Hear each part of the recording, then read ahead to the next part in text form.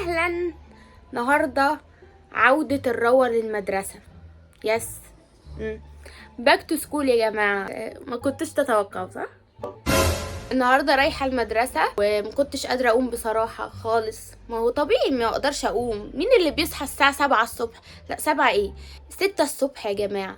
يعني هو الطابور عندنا في المدارس بيبدأ 7، معرفش ليه. يعني انا بكون صاحية الساعة 6 الدنيا ضلمة. طب امشي في الشارع انا ازاي بقى؟ اتخطف عشان المدرسه ويقولوا رورو كانت رايحه المدرسه واتخطفت؟ ينفع كده؟ انا كده اصلا ما صحيتش 6 ولا صحيت 7 ولا صحيت 8. انا يا جماعه دلوقتي الساعه 8:30. يس. فوتت الطابور ما رحتش 7. لا لا لا لا، ده باين بقى العوده من بعد الغياب. انا خلاص هبت مني على الاخر بدل الرغي كتير ده وان انا متاخره. بس انا قصدي ان انا اتاخر ده بمزاجي. يعني لو فاكرين ان انا متأخرة عشان انا متأخرة، لا، انا اللي قصدها ان انا اتأخر وكله بدماغي. انا هاكل طبعا، هفطر، ما اقدرش انزل من غير فطاري. هنتوكل على المطبخ دلوقتي. رحت المطبخ، المكان الاقرب لقلبي. قلبي في اليمين ولا في الشمال؟ قول الله. تفتكروا هنفطر ايه؟ مش هتيجي على بال اي حد. في الحلة الصغيرة دي، هي تبان صغيرة وتافهة بس هي جواها حاجة مش تافهة خالص. فطرنا يا اخواتي رز بسمتي. يا الحلة سخنة، استنوا، لا لازم اعيد المشهد. فطرنا يا اخواتي رز بسمتي. مش عارفة اشيل الحلة. فطرنا يا اخواتي رز بسمتي. يس. وفراخ. فطار بروتيني قوي عشان انا ما تعشتش امبارح وكان نفسي في الرز البسمتي والفراخ، فقلت هفطر بيهم عادي. يعني محدش ليه عندي حاجه، ما افطر عادي. سلام بقى يا سلام. عادي يا جماعه، دي مش اغرب حاجه تشوفوها. انا مره فطرت سمك. يس. ما بكونش متغديه بقى وحوارات كده. ريحته فظيعه والفراخ فيه اهي. واو. لا بقى، ده احنا مش رايحين مدرسه. ده احنا جايين نقيم الاكل. مفروض بقى ان احنا المدرسه الساعه طابورها بيبدا الساعه 7 الصبح، تمام، وبيخلصوا الطابور على 8.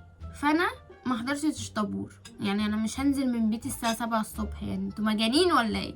انزل اروح فين؟ والله اصحى امتى؟ اصحى 6 انام 6 ساعات. يعني انا لو نايمه 12 هنام 6 ساعات.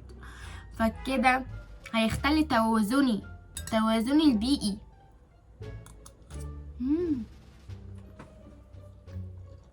جميل. ضرسي لسه بيوجعني صحيح. ضرسي اللي مرافقني طول حياتي. ماشي حسابك معاه بعدين يا ضرسي. اول يوم ليا وبتاخر كده، امال هعمل ايه بقيه السنه؟ هعمل ايه؟ بدايه موفقه تدل ان الرورو هتجتهد في الدراسه وتجتهد في كل حاجه في حياتها. سلام عليا، سلام. انا دماغ. رورو ام دماغين على رأي اللي قال. في رجل حكيم قال لي يا رورو انت ام دماغين. ما صدقتش ساعتها، بس انا جايه في اللحظه دي صدقها. رورو يا جماعه. دلوقتي خلاص خلصت ونازله، بس في حاجه نسيتها. ازازه الميه بتاعت الرورو دي هاخدها معايا، واظن ان انا الفطار ده كفايه ان هو يقعدني اليومين ماكلش. ويلا بينا نشوف هيحصل ايه في اليوم. يا رب يبقى يوم كويس، يا رب يا رب يا رب. لسه مكلمه صحابي بيقولوا ان هم خدوا شويه تهزيق. يا سلام. طب ايه هنعمل ايه؟ دلوقتي؟ طيب انا مش عايزه اروح، مش هروح. بس ما اروحش. لقيت البتاع ده وانا بتمشى في الشقه، فتقريبا اخويا جابه. اسكندر حبيب القلب سايبهولي. بحبك يا اسكندر. بجد بفكر ما اروحش. حرام بعد ما حضرت الاوتفيت منزلش اقلع وخلاص انام. ما كنت ما روحتش من الاول بقى وخلاص. كنت تحت بطانيتي مستريحه ومتدفيه. حسبي الله برضه. البتاع ده حلو قوي، انا هاخده معايا. هروح بقى وامرنا لله.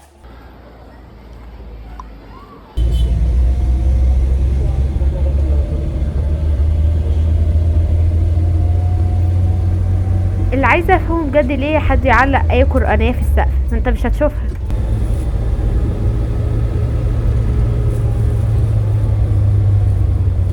انا في المدرسة واضح على وشي الارهاق الشديد. شايفين وشي اصفر ازاي؟ ولا دي من الحيطة اللي ورايا الصفرة دي بقت بهتت عليا بلون اصفر ولا ايه؟ انا كنت ماشية بطلع اجري على السلالم عشان عايزة اهرب من المدرسة. سامعين السويت بيتحاسبوا جوه، فانا ما صدقت اهرب. وانا في مسيرتي للهروب لقيت ولد قاعد عامل نفسه اللي فيه فيه، تقريبا مش بيفكر في مستقبله الضايع. انا رجعت من المدرسه، رجعت بعد عذاب وعناء تحت الشمس القاسيه. خلاص انا بقيت زنجي، لا حول الله يا رب، بقيت زنجي. الشمس عملت معايا الصح، محتاجه اقعد في البيت سنتين قدام عشان اتعالج من الشمس. النهارده يا جماعه كان يوم لطيف جدا جدا، وما وثقوش ان الحمد لله دخلت المدرسه رغم ان انا متاخره. هقول لكم بقى دخلت ازاي عشان تتعلموا مني. النهارده رحت المدرسه، كنت واقفه قدام الباب مقفول بتاع المدرسه، وفي شله عيال كتير قوي واقفين قدام المدرسه. هما برضو متاخرين زي حالاتي، فما لحقوش الطابور بتاع الصباح، والبوابه قفلت فما دخلوش. ففي عمك شعبان ده هو اللي بيفتح الباب، وانا مش لاقي عمك شعبان ده عشان اقول له افتح لي يا عمو، افتح لي، ابوس ايدك افتح لي الباب، انت لازم تفتح لي دلوقتي. عم شعبان عندك عربيه يا عم شعبان؟ خساره، هي كوبايه الشاي هتتمنع عنك يا عم شعبان. فانا كنت واقفه مش عارفه بقى اعمل ايه، وكان تليفوني فاصل. كمان مش عارفه اكلم حد من جوه يفتح لي الباب، مش عارفه اعمل اي حاجه في اي حاجه. ففي ولد طول ركبتي بالظبط قد الازازه دي اهو، عمل ايه الولد ده؟ راح مسك الباب كسره، بمعنى يعني قعد يرزع عليه جامد لدرجه الصوت كان مرعب.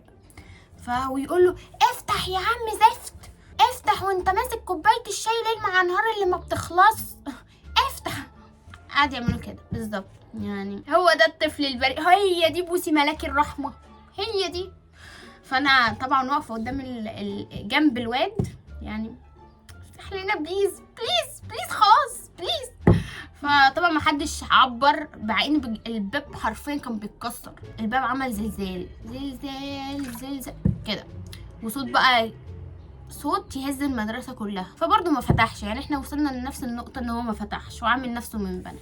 فانا فاكره ان هو مش موجود، فانا يا عم شعبان بليز دخلني. ففي شله بنات بقى كانوا واقفين ورايا، فانا سمعتهم ان هم بيقولوا ايه، يلا بينا بقى ننط من السور، احنا خلاص كده الدنيا باظت. عذرا يا جماعه، جات لي مكالمه هامه طارئه فكان لازم ارد، يعني لو ان هي طارئه ما كنتش رديت. الرهاب بقى الاجتماعي، لقيت شويه بنات فهم قرروا بعد يأس كبير جدا ان هم ينطوا من السور، ينطوا عشان يدخلوا المدرسه. فانا بقى ايه، رحت كده هو يا جماعه للبنات، قلت لهم انتوا هتنطوا من السور؟ طيب بقى اللي ينط بقى من السور يا ريت يناديلك بقى عمك شعبان ده يفتح لي الباب عشان ايه اخش، يعني لو تكرمتوا. يعني عمري ما شفت، كان على ايامنا بقى كانوا بينطوا من السور عشان يهربوا من المدرسه، لكن شوف الجيل. انا ما رضيتش ازعق لهم واقول لهم انتوا ازاي تنطوا من السور، عشان انا حاسه ان هم خايفين على مستقبلهم، عايزين يدخلوا مدرسه، اقل حقوقهم يا اخي ان هم يدخلوا المدرسه. الله، خايفين على مستقبلهم وعايزين يدرسوا ويجتهدوا ويقعدوا في الفصل يسمعوا المدرسه وهي. كان على ايامي بقى ساعتها بينطوا بره المدرسه مش جوه المدرسه، كانوا بيهربوا من المدرسه والمدرسه. قلت لهم بقى نادوا لي عم شعبان، لانه واضح ان هو مش موجود، ما بيردش، الباب بيتكسر قدامه، الدنيا بتتهد وهو ما بيردش. فواضح ان هو مش موجود يعني. فقالوا لي لا هو موجود، هو ورا الباب بس عامل نفسه من بنا. مش عارفه ماله عم شعبان خايف على باب المدرسه كده ليه، يضحي بعمره لاجل باب المدرسه ما يتفتحش. فقلت لها يعني هو جوه وسامع تهزيقه بنفسه. يعني سامع الواد الصغير اللي قاعد بيهزق فيه، بجد قاعد يهزق فيه، ويستاهل. تستاهل يا عم شعبان عشان سايبنا ملطوعين نص ساعه بندور عليك وانت في الاخر ورا الباب. فبس قالوا لي ان في بقى باب تاني غير باب عم الشعبان ده، الباب تاني للمدرسه فندخل منه. قلت لهم واو، حييكوا على الفكره، كانت فين دي من زمان. انا ما كنتش اعرف ان في باب تاني للمدرسه، مع ان اي مدرسه بيبقى ليها كذا بوابه يعني. فانا ما كنتش اعرف، كانش معايا رصيد، كنت خلاص يئست وكنت هروح فرحنا البوابه التانية. فانا دخلت، محدش قال لي حاجه، محدش نطق. فالعيال بقى البنات اللي هم داخلين بقى ورايا دول لقيت بقى ايه الميس اللي قاعده اللي واقفه على البوابه، قلت لهم استنوا انتوا رايحين فين؟ تعالوا لي كده، تعالوا لي وريني العيال المتاخره وماضيه انذارات دي، وروني. فقالت لهم بقى ايه، ادخلوا من بوابه عمك شعبان. قالوا لها عمك شعبان مش فاتح الباب اصلا وعامل نفسه بنبانها وماسك كوبايه الشاي بيتروق بيها. اول بقى ما سمعتهم بتقول لهم خدوا هنا، تعالوا انتوا رايحين فين، طلعت اجري. وكان يوم يعني يوم طبيعي عادي في المدرسه، يعني اقل يوم في المدرسه هو ده اليوم كان النهارده. كان يوم جميل جدا في المدرسه، اتمنى ما يتكررش تاني. يوم اديه 2.5/10. كان يوم دراسي عادي جدا، هي بس حلت دخول المدرسه اللي كان فيها السسبنس كله. وقعدت بقى الف شويه في المدرسه، الف بكتشف المدرسه دي عامله ايه. المدرسه يا جماعه مدرسه مشتركه، مشتركه ولاد وبنات، اعدادي بقى، ابتدائي، ثانوي، حضانه، كيجي، كله على بعضه. فبقى مهزله، يعني مش مهزله قوي بس يعني في سنه دوشه من الولاد والبنات برضو، يعني الاتنين واحد. فطبيعي فترة المدرسة يبقى فيها الدوشة وصداع، جالي صداع بجد. كنت نسيت انا الايام دي، ليه بتفكروني بيها؟